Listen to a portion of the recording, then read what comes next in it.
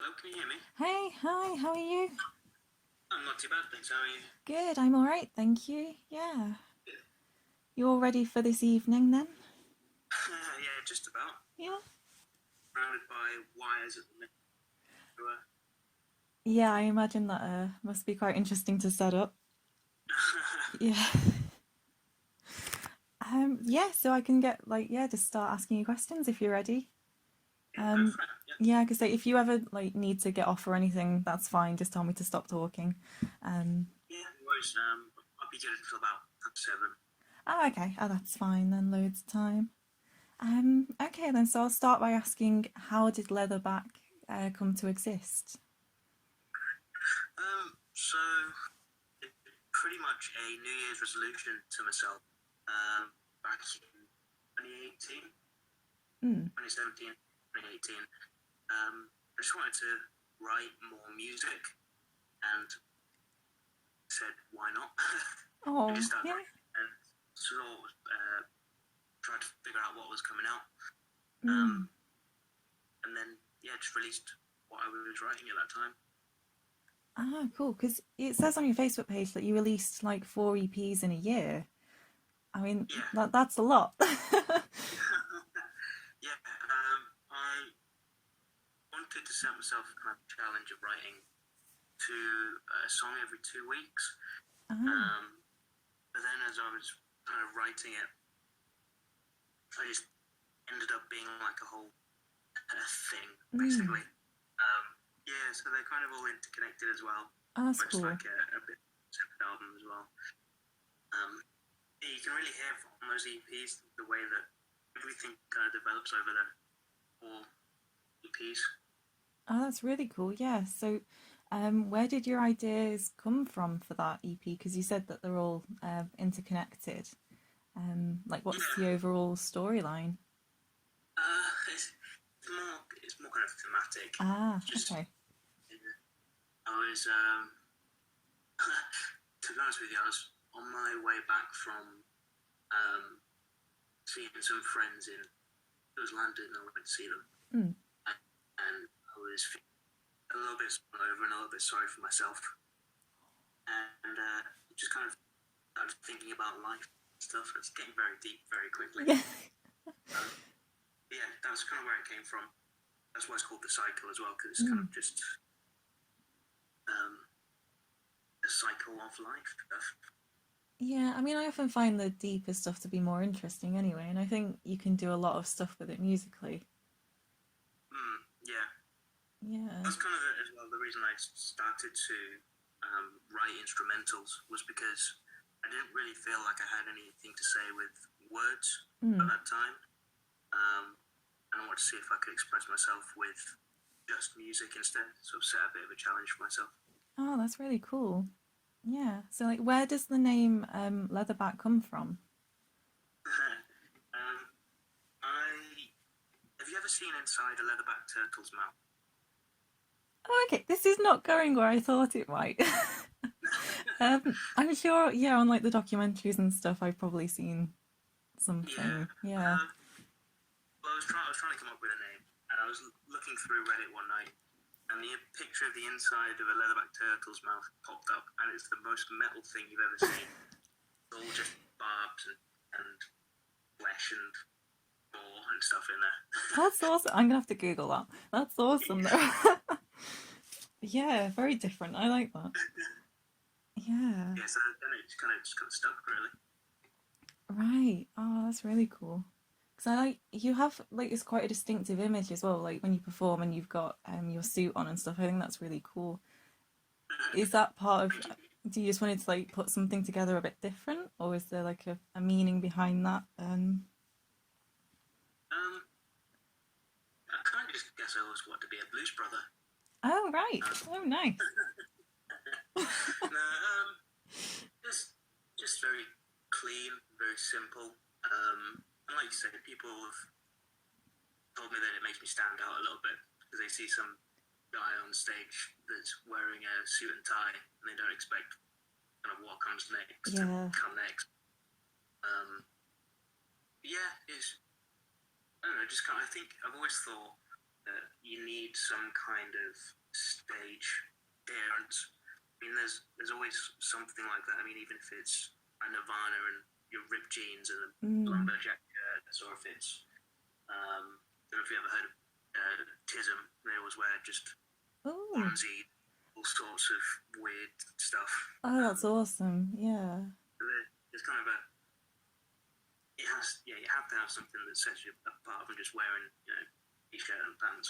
Yeah, definitely. Because I do really like the theatrics of live music. So I do get what you mean when you see people just in like jeans and a t-shirt, and you kind of think, could have done something there. Yeah, I mean, I can see that. You need to have that kind of theatricality about it, because that helps sell what you're trying to say as well. Yeah, definitely. Yeah, because I mean, I think obviously your image is quite unique anyway, because it is just yourself doing everything live. And that, what sort of inspired you to have that live setup? Well, because the whole thing it was never intended to be played live, so Ah. it's kind of retroactively being fitted to be able to play live. So I went into writing all of it without ever thinking about the stage. So I just had to kind of figure it out, pretty much. It was never intended just to be me live, but because I wrote it all and I know how it all goes, easier for me to do it all myself. I feel I can move a lot quicker when it's just me doing the stuff. Yeah. I thought about getting a full band together at some point in the future to do a proper kind of stage show with the whole thing. Oh, that would be awesome. Yeah. But at the minute, as it stands, where I'm at with the flow of things at the moment, it's easier just for me to get out on the road and do it on my own. Yeah, and I guess it does give you quite a good niche as well. So yeah, I think yeah, that's cool. I tend to think about it more about just the amount of freedom that it gives you if you're not having to wait on other band members to be available and stuff. Yeah, I know the feeling. Oh God, I know because my band, we released our EP, excuse me, fairly recently, and yeah, we're trying to think how are we gonna do this live, but we'll get to that eventually, hopefully. There's a will, there's a way. Exactly. Yeah. Oh. Yeah, because I've seen photographs of like some of your guitar pedals and stuff. Do you tend to prefer like pedals and things to using like an Axe FX or that sort of equipment? When I'm writing and when I'm in my studio, I much prefer to have like my big guitar rig in the corner. Oh, nice. With all effects and stuff wired in. But when I'm actually playing live, I run everything just from soft synths, and I use bias effects too. Oh, okay. Yeah. So it's all computer processing, and then I've got like a MIDI foot controller that controls the whole thing. Oz is just way easier when it's just the one person carrying a bunch of gear around. Oh, definitely, yeah. Yeah, I mean, I'm playing a two-piece band as well. Oh, nice. We're kind of split across country at the moment, but right. It's even that, just two people having to lug a massive guitar amp and a bunch of pedals around is in the neck, to say the least. Yeah, I can imagine. Oh. Yeah, so I mean, obviously not really gigging at the moment, with everything that's going on. Had you had? Oh, sorry, go on. I just said, of course. Yeah. Did you have many gigs like planned or anything or stuff? No, I only had the one actually. That should have been on the 20th of May. Right. Yeah, it was going to be me, Elavi from Banger, and White Mammoth. Yes. Oh, that's a nice lineup. Oh, it's a shame. Yeah, it was the first gig I'd ever put on, sort of myself as well. Oh, So I'd done all the setup for it, and then coronavirus hit, which was great. yeah. But I'm hoping once it's all over, we can get back out there again and sort of pick up where we left off. Yes, definitely. Yeah, that'd be really good. Yeah. So, what sort of music inspires you when you're writing? Is there particular artists, or do you draw from certain genres and subgenres? Every person I've spoken to has asked me that question. I've Yeah. always had to say Trent. I owe a lot of my musical taste to Trent Reznor and his various side projects. Ah. So, Nine Inch Nails is a big one. Mick Gordon as well. Oh, nice. Oh, he's very cool. Yeah, I really like his Doom soundtrack stuff. That's awesome. Yeah. And that person, I don't think I listened to the soundtrack to the game when it first came out. Probably listened to it pretty much every day till I finally played the game about 3 years later. Yeah, I must say I've done the same thing of listening to the soundtrack before actually playing any of it. Yeah, the game's brilliant as well, but the soundtrack is better. Yeah, definitely. It's a testament to the quality of the soundtrack, really. Oh, yeah, it's amazing. Have you seen, there's a video on YouTube of Mick Gordon getting metal vocalists from all over to record bits for the soundtrack. It's for the latest game, I think that's just come out. Yeah, It's really cool. Guys from Ministry and all sorts in there, yeah, I know, it's like, oh, it's amazing. Yeah, that's absolutely wicked. Be able to do that would be great. Oh, I know, yeah. Have you ever done like many collaborations with other people? I've got a split EP out with a guy called Iskald Morquette. He's like a black metal artist that I grew up with. Oh, cool. It's pretty wicked. Actually, I'm going to be doing my half of that EP in the live stream tonight. Oh, awesome. Yes, that'll be really cool to hear. We released a 6-track split EP called Bleak. So he did 3 tracks and I did 3 tracks, and we put them together. Oh, nice. That's the closest thing to like a collaboration that I've ever done at the minute. But yeah, I really like working with lots of different kinds of people, so hoping to get some more things sort of collaboratively later on.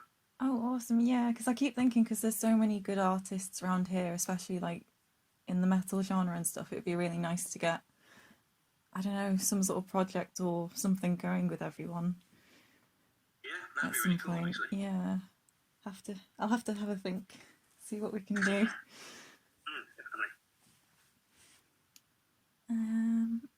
So have you got any future releases planned? Yeah, got a couple of things planned. I'm spending a lot of time working on my first full length at the minute. Oh, nice. Yeah. I don't have a date for it yet, but I'm hoping for the end of the year at least. Oh, that would be great. Yeah. Yeah, we'll see what happens, because obviously life has taken a bit of a nosedive at the moment. Yeah. But yeah, there's that, and I've got a single that I've been working on as well. Hopefully, be released a lot sooner than that. Oh, awesome. Yeah. So do you do the recording and like the mixing yourself? Yes. I record it all, mix it all. In the case of the single, I've actually got somebody else mastering it for me, which has been a change, but it's been a change for the better, to be honest. And then, and then I release it myself. Yeah. Oh, awesome. Yes. Looking forward to hearing that. That'd be really cool. Yeah, me too. So yeah, anyway, obviously with you doing your live stream soon for part of the Save Our Venues campaign, I might as well ask you some questions about the venues, if that's all right. Go for it. So what do you enjoy most about performing live? It's kind of just, I like using it with people. I mean, that sounds like I want to fight them. That's not it. It's like kind of like the group catharsis you get with being in a room full of people who are really enjoying Yeah. the stage. I mean, I I don't even have to be on stage for Mm. to get that feeling, but yeah, just kind of being able to be in a room full of people all the same way. Yeah, Um, yeah, I can definitely relate to that. Yeah, it's awesome. Um, do you have a favorite venue to perform at? yeah, I'd say probably the live rooms. Yeah, that sounds kind of predictable at Yeah. the minute, But yeah. but yeah, but they've just kind of been um, they're one of the first venues that ever put me on, Ah, and they always kind awesome. of seem to understand what kind of sound I'm going for, That's and really good. Yeah. so really accommodating and just good guys in general. Yeah. I must say it is one of my favorite venues because I mean I really like the layout of both rooms and stuff and the atmosphere and everything. I always think that's really cool. Yeah, So and it's it's my most local venue as well. So yeah, definitely. Like what sort of I'm interested, what sort of reactions do you get from people when you perform live? Just obviously because you are so different perhaps to what a lot of people expect. yeah, it tends to be mostly positive. It's very much hit and miss sometimes. Yeah. It's not hit and miss. It's a mixed bag Mm. sometimes. Because dependent on the venue I'm playing in, Mm. like if it's somewhere that's a music venue that's usually has music on and they're expecting to have a show, Yeah. people are generally fairly up for it. You might get some people that are a bit confused to begin with. Yeah. Um, Oh. some people that get into it really quickly. But if it's a venue that doesn't generally have a lot of music on or isn't necessarily a metal venue, Mm. you do get just some people that would prefer that you just went away. Ah, oh dear. Let them eat their meal in peace. Right. Oh, I mean, that would be quite cool actually if you incorporate like a dinner show or something into your music. That would be quite interesting. I mean, I suppose I could pull off the whole waiter thing with Yeah. this. Oh, oh, yeah, that'd be good. Um, oh, okay. I'm interested to. What do you think the future holds for live music? Now, I'm aware that this is like a one of those big questions and not necessarily a question everyone wants to answer. But I think it's definitely changing, and mm, it's gonna change more before this whole thing is over. yeah, I mean, in some ways, it's probably for the better, and again, in some ways, probably um, for the worse. But mm, I don't necessarily think the change is always a bad thing. This whole coronavirus thing has definitely forced artists to think about how they can adapt and continue to present new music to the world. yeah, yeah, definitely. I mean, we're creative people by definition. I'm confident there's going to be creative ways of doing to put on live music, even when the world goes back to some sort of sense of normality, or if it doesn't. Yeah. I know they keep banding that phrase. What is it like the new normal around on the news at the minute? And I'm just thinking, I've no idea. You know, Yeah, anything could happen. I think we're probably going to see changes in society for a very long time Yeah, due to all of this. Because again, when this lockdown does finally start to get lifted, it's probably not going to be immediately. Let's all just go out, do the exact same thing. And I think a lot of the time, people's mentality will have changed quite a lot in regards to how they think about going into social situations, which will probably mean that people won't be as confident going into a room full of other people yeah, straight away. possibly not. Yeah. Hmm. Yeah, it's going to be a weird time, I think. Yeah, It is. definitely. I know because I keep thinking like, how is it perhaps going to affect the metal scene? You know, in particular. I mean, I don't know. Do you have any like thoughts on that? think that I think that obviously there's going to be some kind of effect on the metal scene, but metal, like I said in the blog post, metalheads are particularly passionate about their specific brand of music, and there's nothing that's stopped them from getting hold of metal and modern metal a lot. So I don't think the metal scene's going anywhere. It's like with anything, it's probably going to have to adapt in some kind of way, but it'll continue. Yeah. Oh, I do hope so anyway. No. Oh. But yeah, because I mean, it is really good to see how people have been doing like live streams and everything to keep like some aspects of live music going and that. And yeah, what do you think? I mean, obviously you're doing it this evening. What do you think about it? Yeah, I mean, I think that it's something that has come to the forefront of a lot of people's thinking. Is obviously all the other options have been taken away, and I think it's going to come out. I know that it's going to be quite a good change for live music in general. Obviously, you're missing out on several elements that make going to see live music such a positive experience anyway. Yeah. By not being in the same room as the people, but you also do get certain bonuses, and that you can stream your live show straight into the comfort of someone else's house, and they can enjoy what you're doing, lift the finger really, which makes it easier for people to access that music. Yes, yeah. Yeah, I mean, I don't think it's going to be any better or worse. It's going to be different. Yeah. But it's definitely been a good way that artists and musicians can continue to do what they're doing, whilst the world just goes a bit mental for a while. Yeah, definitely. I know.